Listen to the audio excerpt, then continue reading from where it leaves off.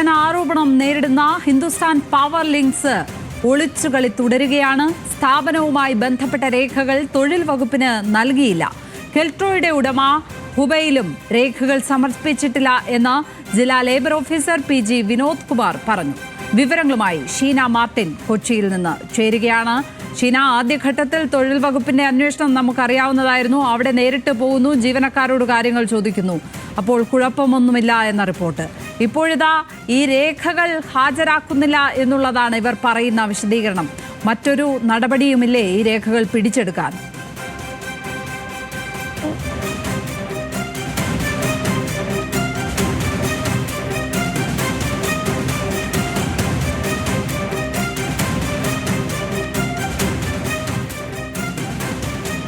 തൊഴിൽ പീഡന ആരോപണം നേരിടുന്ന ഹിന്ദുസ്ഥാൻ പവർ ലിങ്ക്സ് ഒളിച്ചുകളി തുടരുകയാണ്. സ്ഥാപനവുമായി ബന്ധപ്പെട്ട രേഖകൾ തൊഴിൽ വകുപ്പിന് നൽകിയിട്ടില്ല.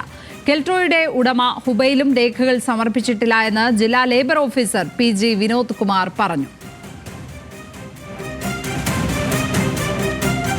HPLലെ തൊഴിൽ പീഡനം ന്യൂസ് മലയാളം പുറത്തുവിട്ട വാർത്തയാണ്. കേരളം ആ ദൃശ്യങ്ങൾ, ആ വാർത്തകൾ കേട്ട് കണ്ട് ഞെട്ടിയതാണ്.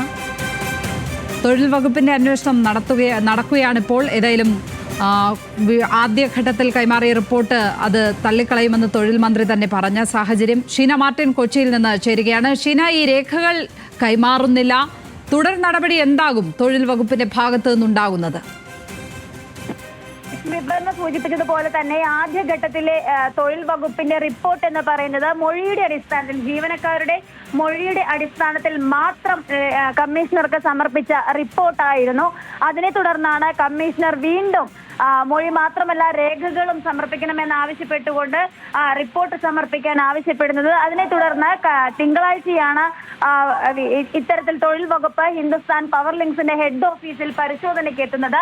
ശേഷം രേഖകൾ സമർപ്പിക്കാൻ ആവശ്യപ്പെട്ടപ്പോൾ രേഖകൾ തങ്ങളുടെ കൈവശമില്ല, അക്കൗണ്ടിന്റെ ഭാഗമായിട്ട് വാർഷിക പരിശോധനയുടെ ഭാഗമായി ഇവയെല്ലാം അക്കൗണ്ടിന്റെ കൈവശമാണ്, വെള്ളിയാഴ്ച രേഖകളെല്ലാം തന്നെ സമർപ്പിക്കാമെന്നായിരുന്നു ഹിന്ദുസ്ഥാൻ പവർ ലിങ്ക്സ് ആവശ്യപ്പെട്ടത്. അതിനുശേഷം ഈ ഹിന്ദുസ്ഥാൻ പവർ ലിങ്ക്സിന്റെ തന്നെ ഏജൻസി ആയിട്ടുള്ള കെൽട്രോയിലും ഇത്തരത്തിൽ തൊഴിൽ വകുപ്പിന്റെ പരിശോധന നടക്കുകയാണ്. അപ്പോഴും കെൽട്രോ എന്ന സ്ഥാപനത്തിന്റെ ഉടമയായിട്ടുള്ള ഹുബൈലിനോടും രേഖകൾ സമർപ്പിക്കാൻ ആവശ്യപ്പെട്ടിരുന്നെങ്കിലും ഇവ രണ്ടുപേരും, ഏജൻസിയും അതേപോലെ തന്നെ ഹെഡ് ഓഫീസിൽ നിന്നും രേഖകൾ ഒന്നും തന്നെ നിലവിൽ സമർപ്പിച്ചിട്ടില്ല. അതിനെ തുടർന്ന് ഇനിയുള്ള നടപടികളടക്കം ഉണ്ടാവുക കമ്മീഷണർക്ക് ഇത് വെച്ചുകൊണ്ടുള്ള റിപ്പോർട്ടായിരിക്കും സമർപ്പിക്കുക.